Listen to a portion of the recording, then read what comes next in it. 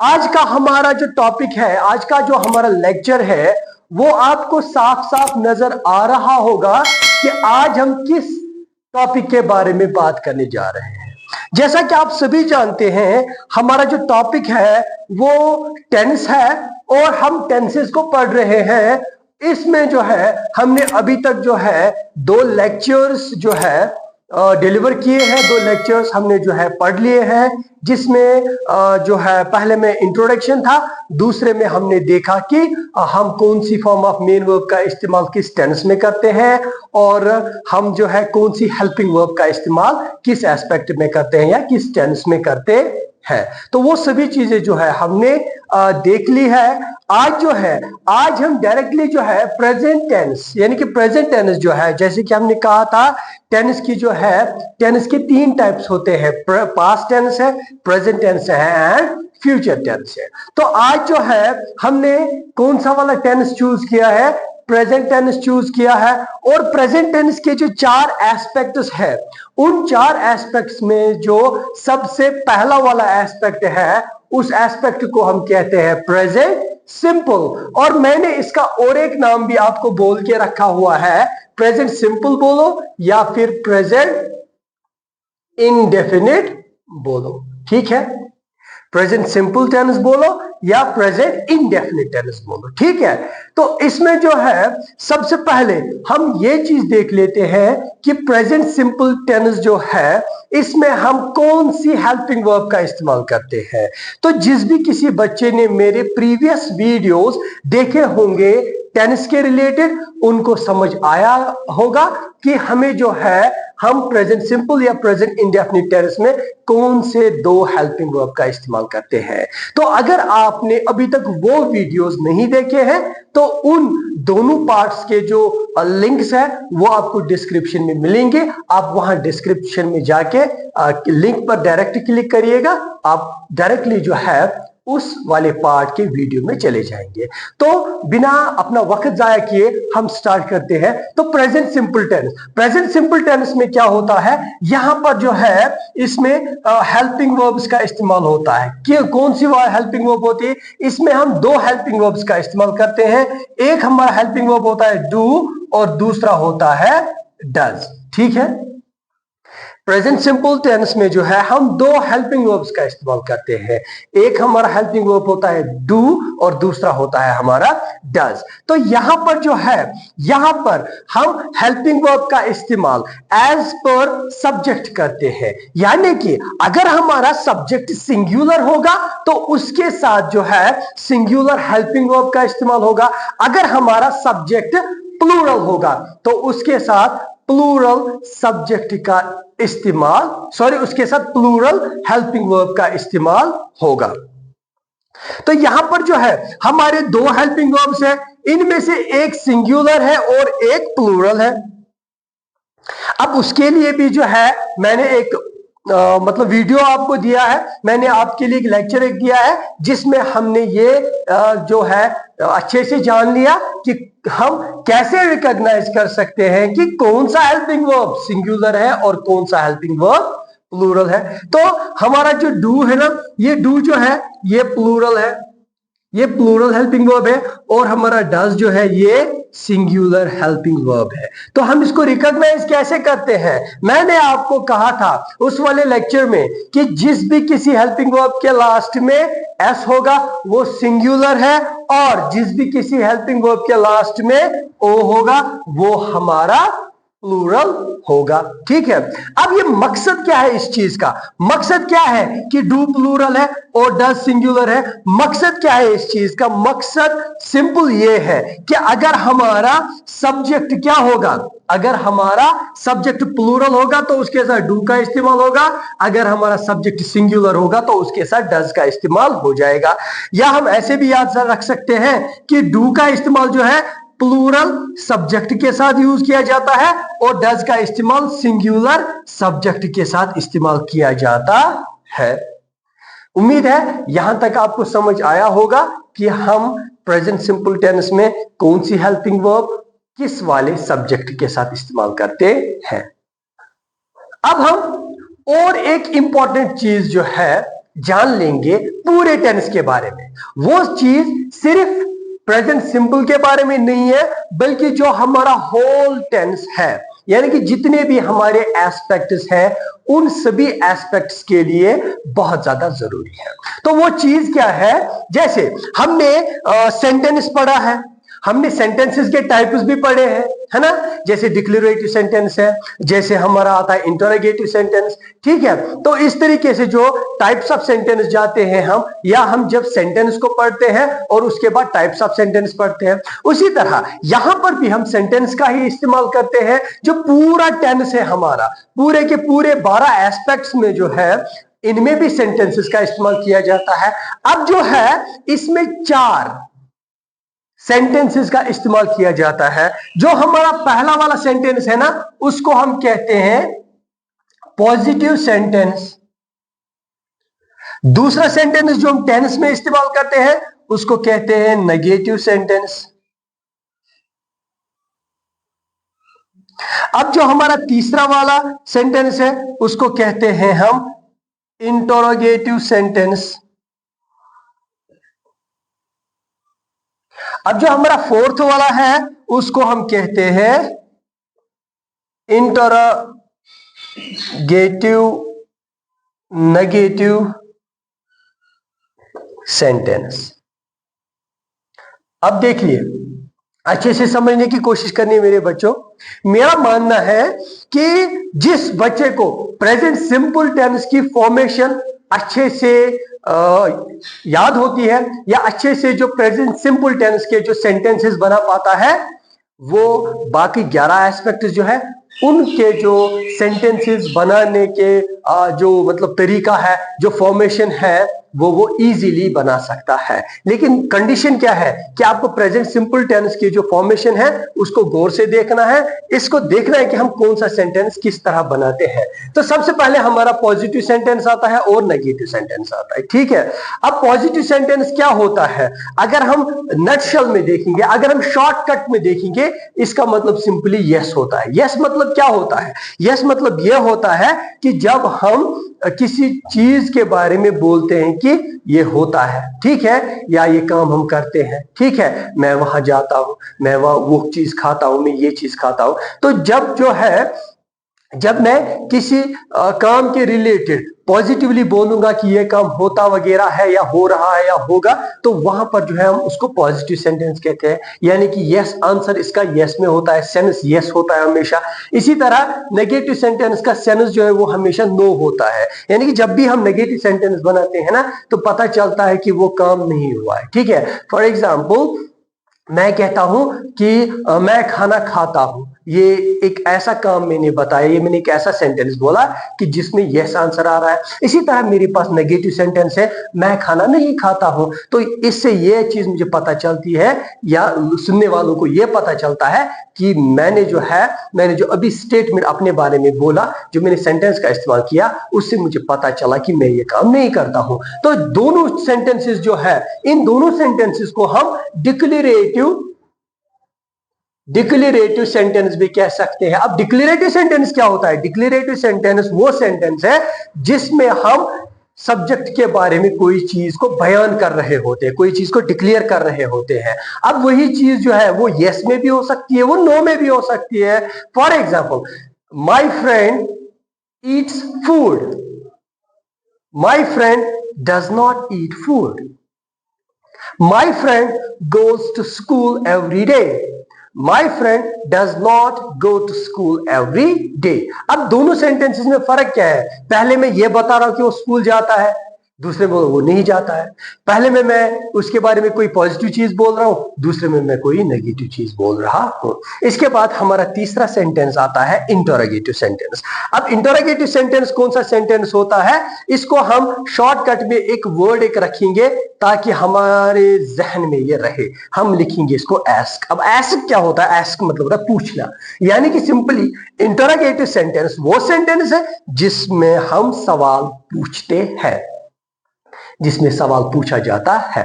अब उसके बाद आता है इंटरोगेटिव नेगेटिव। अब इसमें दोनों चीजें हैं, इसमें इंटरोगेटिव भी है और इसमें नेगेटिव भी है।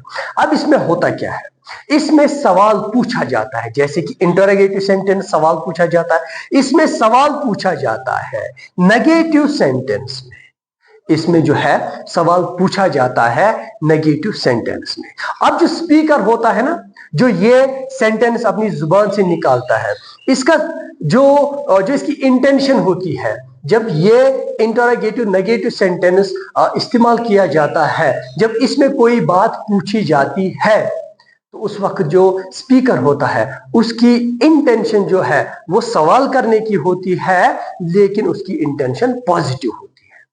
ठीक है। अब उसके बाद दूसरा स्टेप ये है कि it depends upon the answer of the listener. ठीक है, ये लिसनर के आंसर पे डिपेंड करता है। ये पॉजिटिव भी हो सकता है, ये नेगेटिव भी हो सकता है। ये चार सेंटेंसेस है, जिन चार सेंटेंसेस का इस्तेमाल हम पूरे टेंस में करते हैं। प्रेजेंट टेंस में भी करते हैं, पास्ट टेंस में भी करते हैं और फ्यूचर टेंस में भी करते हैं। ये चार सेंटेंसेस जो है इनको हमें अच्छे से याद रखना है कि कौन सा सेंटेंस जो है किस चीज के लिए इस्तेमाल किया जाता सबसे ज्यादा करते हैं। तो सबसे पहले प्रेजेंट सिंपल का इस्तेमाल किस चीज के लिए किया जाता है? डेली रूटीन को दिखाने के लिए। अब डेली रूटीन क्या होता है? डेली रूटीन होता है हमारी रोजमर्रा जिंदगी। ठीक है। अब रोजमर्रा जिंदगी में हम क्या करते हैं? Anything which we repeat daily, जो हम डेली रिपीट करते हैं ना एक्शंस, काम, वो हम प्रेजेंट सिंपल टेंस के थ्रू दिखाते हैं। और दूसरी बात, जो हैबिट्स होते हैं, हैबिचुअल एक्शंस, हैबिचुअल एक्शंस जो हमारे हैबिट होते हैं, जैसे कि कोई स्मोक करता है, ठीक है, ये इसका हैबिट है। कोई नेल बाइटिंग करता है, कोई बैक बाइटिंग करता है, ठीक है, तो ये सभी हैबिट में आते हैं। तो हैबिचुअल एक्शन जितनी भी होंगी वो भी हम किस में लिखते हैं? प्रेजेंट सिंपल टेंस में लिखते हैं। प्रेजेंट सिंपल टेंस का इस्तेमाल उन चीजों को दिखाने के लिए करते हैं। इसके बाद और एक यूजेज की बात अगर हम करेंगे, जो जैसे कि न्यूज़पेपर होते हैं, न्यूज़पेपर की जो हेडलाइन होती है, हेडलाइंस होती है ना न्यूज़पेपर की, वो भी क्या होता है? वो भी प्रेजेंट सिंपल टेंस में लिखा जाता है। इसी तरह अगर कोई प्री प्लान्ड एक्शन हो, फॉर एग्जांपल अगर नरेंद्र मोदी को जो है कश्मीर आना होगा, तो कश्मीर के जो न्यूज़पेपर होंगे ना, वहां पर जो हेडलाइन लिखी होगी ना, तो मान लो जो अपकमिंग मंडे है उस दिन नरेंद्र मोदी आ रहे हैं, श्रीनगर एयरपोर्ट पहुंचेंगे वो, ठीक है, तो हम न्यूज़पेपर पे क्या लिख के होगा? Narendra Modi arrives on Monday at Srinagar airport. ठीक है, तो वहां पर प्री प्लान्ड है। इसी तरह जो यूनिवर्सल ट्रूथ होते हैं, फैक्ट्स होते हैं, ठीक है, तो बहुत सारी यूजेजेस है, उनको हम सेपरेटली डिस्कस करेंगे हर एक टेंस के बारे में। फिलहाल हमने एक दो यूजेज इसलिए लिखी ताकि हमारा जो है थोड़ा बहुत कंसेप्ट क्लियर हो जाए और हम इसमें आगे बढ़ सके। अब नेक्स्ट स्टेप हमारा क्या है प्रेजेंट सिंपल टेंस को समझने के लिए? देखो मेरे प्यारे बच्चों, ध्यान रखना, अगर हमें उर्दू में ट्रांसलेट करना होगा, अगर हम प्रेजेंट सिंपल या प्रेजेंट इंडेफिनिट टेंस के सेंटेंसेस को ट्रांसलेट करेंगे उर्दू में, तो उनका जो लास्ट वाला हिस्सा यानी कि tail of the sentence in Urdu, वो क्या रहेगा? वो रहेगा ता हूं, ती हूं, ता है, ती है, ते है। ठीक है, मेरी उर्दू थोड़ी कमजोर भी है मेरे बच्चों, वो आप अगर कहीं पे मिस्टेक हो भी जाएगी वो आप खुद से मैनेज कर लेना। ठीक है, अब यहां पर देखो आप, यहां पर ता हूं है हमारा पहला वर्ड, ठीक है, ता हूं। नेक्स्ट वर्ड है हमारा ती हूं, नेक्स्ट वर्ड है ता है, नेक्स्ट वर्ड है ती है, ठीक है, और लास्ट में है ते है। अब पहचानेंगे कैसे? इसके लिए भी एक थोड़ा सा आपको अपना वक्त देना पड़ेगा। देखो मेरे बच्चों, अगर सेंटेंस के लास्ट में ता हूं आएगा तो समझ लेना या कोई स्पीकर होगा, आई होगा, ठीक है, मगर वो स्पीकर मेल होगा। ठीक है, ता हूं, for example I eat food, मैं खाना खाता हूं। ठीक है। अगर यहां पर जो है, यहां पर दूसरा हमारा ती हूं है, ती हूं भी क्या होगा, ये भी स्पीकर होगा, ये भी आई होगा, but female. Now suppose I am a girl and I use this sentence, I wash clothes every day. मैं हर दिन कपड़े धोती हूं। ठीक है। इसके बाद ता है, ता है किसके साथ इस्तेमाल होता है, इसका मतलब सब्जेक्ट हमारा ही होगा, या तो हमारा सब्जेक्ट ही होगा या कोई भी मेल नाउन होगा, बट सिंगुलर। ठीक है। इसी तरह ती हूं का इस्तेमाल कब होता है, जब हमारा सब्जेक्ट शी होगा लेकिन वो सब्जेक्ट फीमेल होना चाहिए। ठीक है, फीमेल नाउन होना चाहिए या कोई भी सिंगुलर होना चाहिए, प्लूरल नहीं होगा। ठीक है। इसके बाद हमारा आता है ते है। अब ते है का इस्तेमाल कब इस्तेमाल होता है, दे के साथ। ठीक है, ते है का इस्तेमाल होता है दे के साथ, और कोई भी प्लूरल नाउन, कोई भी प्लूरल नाउन। ठीक है, ये वी के साथ भी इस्तेमाल होता है। जैसे they do go to school, वो स्कूल जाते हैं। वी गो टू स्कूल, हम स्कूल जाते हैं। ठीक है, तो ये दे के साथ भी यूज होता है और वी के साथ भी यूज होता है, और इसके साथ साथ प्लूरल नाउन अगर होगा, जैसे वहां पर स्टूडेंट्स होगा, वहां पर टीचर्स होगा। ठीक है, वहां पर जो है किसी और प्लूरल नाउन की बात की गई होगी। होप यहां तक आपको सारा क्लियर हुआ होगा।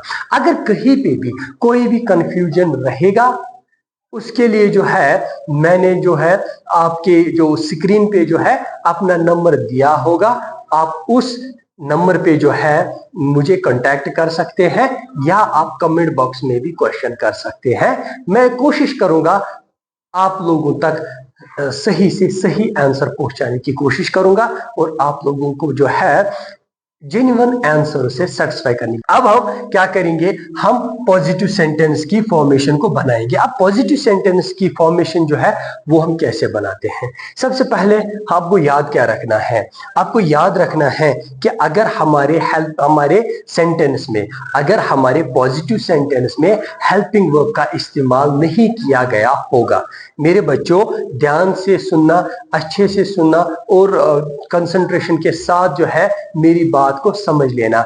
अगर प्रेजेंट सिंपल टेंस के पॉजिटिव सेंटेंस में हेल्पिंग वर्ब का इस्तेमाल नहीं किया गया होगा, तो मेन वर्ब जो है, main verb as per subject इस्तेमाल होगा। यानी कि अगर हमारा सब्जेक्ट सिंगुलर होगा तो उसके साथ singular form of main verb का इस्तेमाल होगा, यानी कि fifth form of main verb. अब fifth form of main verb क्या है, fifth form of main verb कैसे बनता है, fifth form of main verb जो है वो एस या ई एस से बनता है, कभी कभार आई ई एस से भी बनेगा। ठीक है, या तो है, या जो है हम वर्ड्स को ही चेंज कर लेते हैं। ठीक है, समझ रहे ना मेरी बात को, तो वो अलग कंसेप्ट है, कैसे वो सारा चेंज होता है, रेगुलर वर्ब्स में क्या होता है, इरेगुलर वर्ब्स में क्या होता है, उसकी तरफ हम अभी नहीं जाएंगे। फिलहाल हमें याद क्या रखना है, हमें बस इतना याद रखना है कि अगर हमारे प्रेजेंट सिंपल टेंस के पॉजिटिव सेंटेंस में हेल्पिंग वर्ब का इस्तेमाल नहीं किया गया होगा, तो वहां पर हम मेन वर्ब की फिफ्थ फॉर्म का इस्तेमाल करते हैं, यानी कि singular form of main verb का सिंगुलर सब्जेक्ट के साथ इस्तेमाल करते हैं, और plural form of main verb का इस्तेमाल हम प्लूरल सब्जेक्ट के साथ करते हैं। तो वो जो पहली वाली फॉर्मेशन है ना, वो हमारा ऐसा आता है, subject plus V1 plus SES plus plus object. For example मैं यहां पर ऐसे लिखता हूं, she goes to school, she goes to school, वो स्कूल जाती है। अब देखो ये V1 है ना, तो गोज का V1 क्या है, गोज का V1 है गो। ठीक है, अब जो मैंने यहाँ पे क्या लिखा है, मैंने यहाँ पे गो लिखा है। ठीक है, शी गो टू स्कूल, लेकिन यहाँ पर शी सिंगुलर है तो मुझे मेन वर्ब का सिंगुलर फॉर्म इस्तेमाल करना है, तो यहाँ पर ES है मेरा, तो मैं यहाँ पर ES का इस्तेमाल करूंगा, शी गोज टू स्कूल। ठीक है, इसके बाद मैं ये he plays cricket, he plays cricket. ठीक है, तो अगर एस को यहां से काटेंगे, ही प्ले क्रिकेट, ही प्ले क्रिकेट ग्रामेटिकली इनकरेक्ट है क्योंकि यहां पर एस आना चाहिए, तो यहां पर हमारा एस है। ठीक है, तो ही प्लेज क्रिकेट। अब यहां पर आप बात को समझ लीजिए, बात क्या है, देखो यहां पर एस ऑब्लिक मैंने दिया है ईएस। ठीक है, एस और ईएस का मतलब क्या है, ये ऑब्लिक का मतलब और होता है। ठीक है, तो यहां पर हमें डिसाइड करना होता है कि एज पर आवर सब्जेक्ट या as per our subject as per our verb, तो यहां पर वर्ब के मुताबिक जो है एस या ईएस का इस्तेमाल होगा। अगर हमारा सब्जेक्ट सिंगुलर होगा तो यहां पर सिंगुलर वर्ब होगी, और सिंगुलर वर्ब को बनाने के लिए हमें इन दोनों में से किसी एक का इस्तेमाल करना है, या तो उस वर्ब के साथ एस का इस्तेमाल होगा या फिर ईएस का इस्तेमाल होगा। मैंने आपको कहा कि कुछ वर्ब्स ऐसी है जो आई से चेंज होती है, यहाँ पर आईएस लास्ट में लगता है। ठीक है, कुछ वर्ब्स ऐसी है जिनको वर्ड से चेंज करनी लेटर से चेंज करने पड़ते हैं, तो वो जो है वो हम अकॉर्डिंगली कभी किसी लेक्चर में डिस्कस करेंगे। फिलहाल आप अभी जो है हम आगे बढ़ते हैं। तो ये वाली फॉर्मेशन जो है पॉजिटिव सेंटेंस की, इसको हम साइड में रखेंगे, subject plus V1 plus S oblique ES plus object. बार बार कंफ्यूजन हो रहा है। अब देखो पॉजिटिव सेंटेंस की दूसरी फॉर्मेशन क्या है, पॉजिटिव सेंटेंस की दूसरी फॉर्मेशन है subject plus do oblique does. ठीक है, प्लस V1 प्लस ऑब्जेक्ट। अब देखो ये हमारे पॉजिटिव सेंटेंस की फॉर्मेशन है। सबसे पहले सब्जेक्ट एस सब्जेक्ट। ठीक है, एस यानी कि subject, helping verb, main verb और ऑब्जेक्ट। ठीक है, और एक पॉइंट याद रखना है, जैसे हमने यहाँ पर V1 के साथ एस या ईएस किया जब हमारा सब्जेक्ट सिंगुलर था। अब यहां पर क्या होगा, यहां पर क्या होगा, अगर हमारा सब्जेक्ट सिंगुलर होगा तो डज आएगा, अगर हमारा सब्जेक्ट प्लूरल होगा तो डू आएगा, और अगर हमारा सब्जेक्ट सिंगुलर है तो एस ईएस का इस्तेमाल नहीं होगा। क्यों एस ईएस का इस्तेमाल नहीं होगा वर्ब के साथ, क्योंकि पहले से ही हमने इसके साथ सिंगुलर का इस्तेमाल किया हुआ है। ठीक है, तो मेन वर्ब की जो है प्लूरल फॉर्म का यूज होगा। अब देखो subject plus do does plus first form of main verb plus object, ये है हमारी पॉजिटिव सेंटेंस की formation. She does cook food. ठीक है, she does cook food. They do play cricket.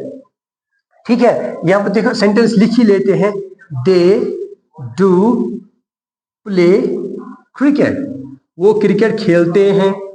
She does wash clothes, she does wash clothes. अब मेरे बच्चों यहां बात एक समझो, अगर यहां पर डू नहीं होता, दे प्ले क्रिकेट 100% करेक्ट है। ठीक है, दे प्लूरल है तो plural form of main verb का इस्तेमाल होगा।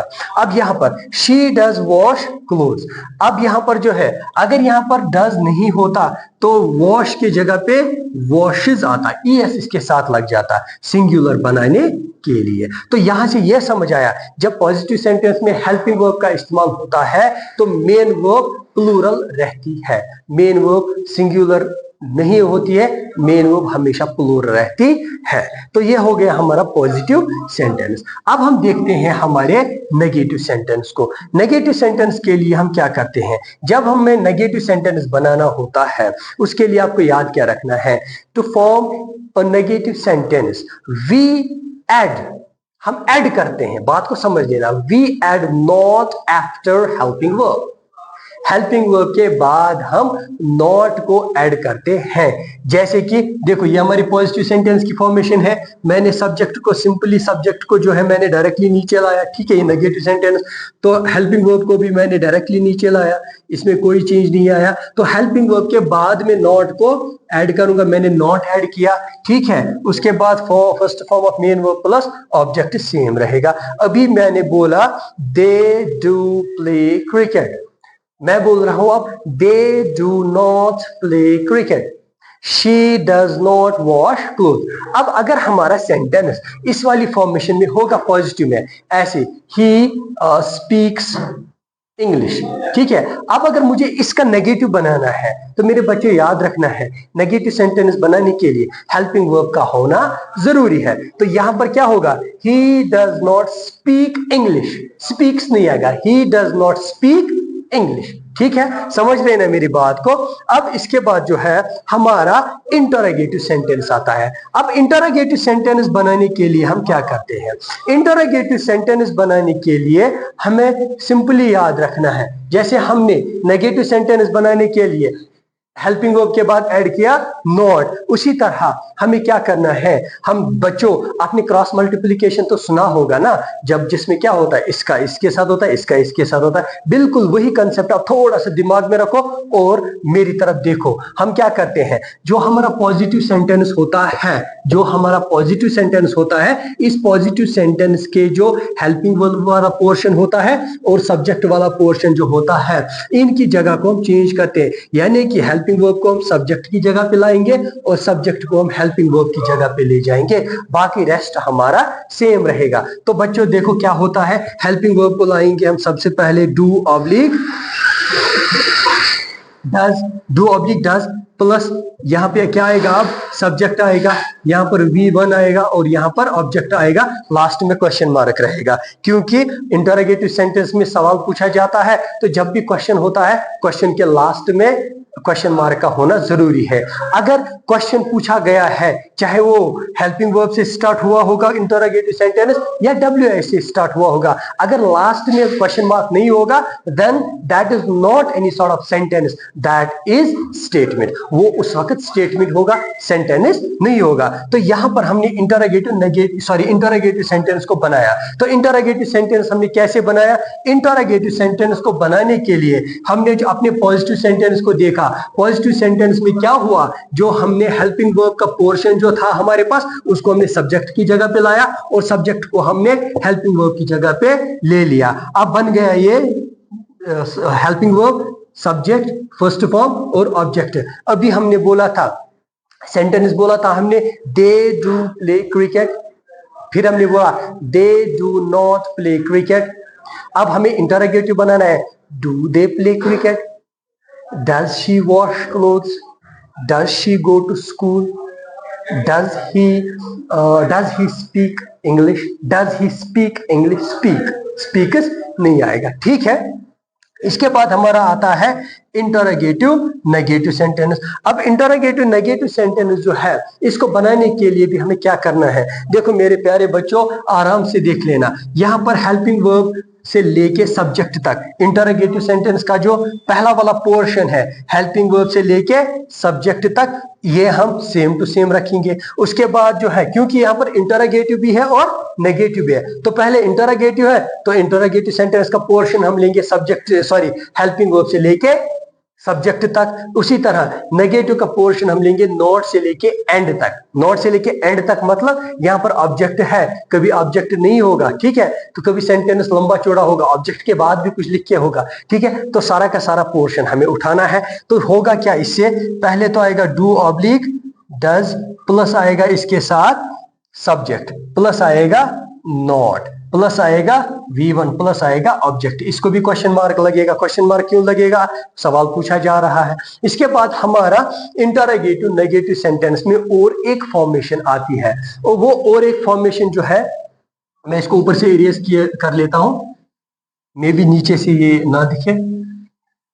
हाँ, तो इंटरोगेटिव सेंटेंस की और एक फॉर्मेशन है। अब वो कौन सी वाली फॉर्मेशन है, उसको हम कहते हैं कंट्रैक्शन वाली फॉर्म। कंट्रैक्शन कैसे होती है, कंट्रैक्शन किसके दरमियान होती है? देखो मेरे प्यारे बच्चों, हमें कंट्रैक्शन का क्या याद रखना है, कंट्रैक्शन का मतलब क्या होता है? सबसे पहले contraction means to contract. Contract मतलब टू श्रिंक, यानी कि जो है दो वर्ड्स का एक दूसरे के साथ मिलना, दो वर्ड्स का एक होना, ठीक है, उसको हम बोलते हैं, उसको हम क्या बोलते हैं? शाबाश, अभी जो मैंने बोला क्या बोलते हैं उसको हम बोलते हैं कंट्रैक्शन। तो कंट्रैक्शन बनाने के लिए हमें दो वर्ड्स की जरूरत पड़ती है, एक तो हेल्पिंग वर्ब होना चाहिए, दूसरा नॉट होना चाहिए। और ये बात याद भी रखना, हेल्पिंग वर्ब और नॉट के दरमियान कंट्रैक्शन होगा, यानी कि शॉर्ट फॉर्म, ठीक है, और मॉडल वर्ब जो होगा हमारा और नॉट उसके दरमियान होगा। हम जैसे बोलते हैं डोंट, हम बोलते हैं डजंट, हम बोलते हैं डिडंट, हम बोलते हैं हैवंट,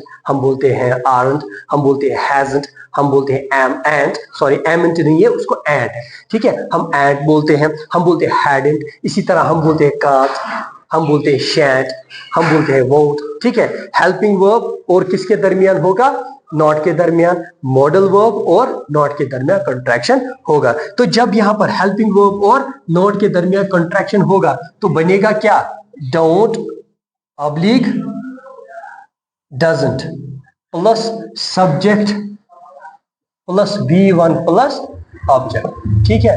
यहां पर भी क्वेश्चन मार्क रहेगा क्योंकि क्वेश्चन ही पूछा जा रहा है ना। तो don't doesn't plus subject plus V1 plus object. अब इसमें हमें और एक पॉइंट याद रखना है, जब हम कंट्रैक्शन करते हैं ना तो कंट्रैक्शन के दौरान होता क्या है, जो हमारा नोट होता है ना, नोट जो होता है, नोट का ओ जो है ये डायरेक्टली रिमूव हो जाएगा, ठीक है।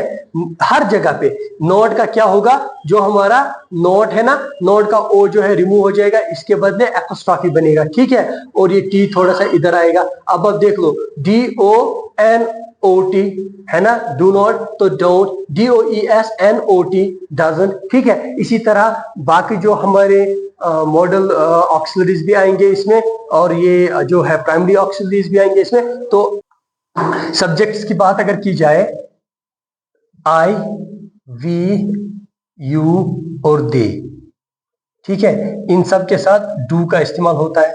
इसी तरह he, she और it, इनके साथ हम डज का इस्तेमाल करते हैं। हो गई ना एक बात। दूसरी बात आपको याद रखनी है, कोई भी प्लूरल नाउन, कोई भी प्लूरल नाउन होगा उसके साथ भी डू का इस्तेमाल होगा। कोई भी सिंगुलर नाउन होगा उसके साथ भी डज का इस्तेमाल होगा। अब देखो यहां पर इजी ये बन जाता है, प्लस इसी को करेंगे V1, ठीक है, प्लस इसका ऑब्जेक्ट करेंगे, ठीक है। तो ये हमारे सेंटेंस की जो है एक फॉर्मेशन यहीं पे बन जाती। तो चलिए हम थोड़ी सी प्रैक्टिस कर लेते हैं। हम एक दो सेंटेंसेस देखेंगे, उसका हम पॉजिटिव, नेगेटिव, इंट्रोगेटिव सब कुछ बनाएंगे, देखिए, ठीक है। तो मैं यहां सबसे पहले लिखता हूं sentence, they do go to school every day, they do go to school every day. अगर मुझे इसका नेगेटिव बनाना होगा, शाबाश, नेगेटिव के लिए क्या करना है, हेल्पिंग वर्ब के बाद ऐड करना है नॉट।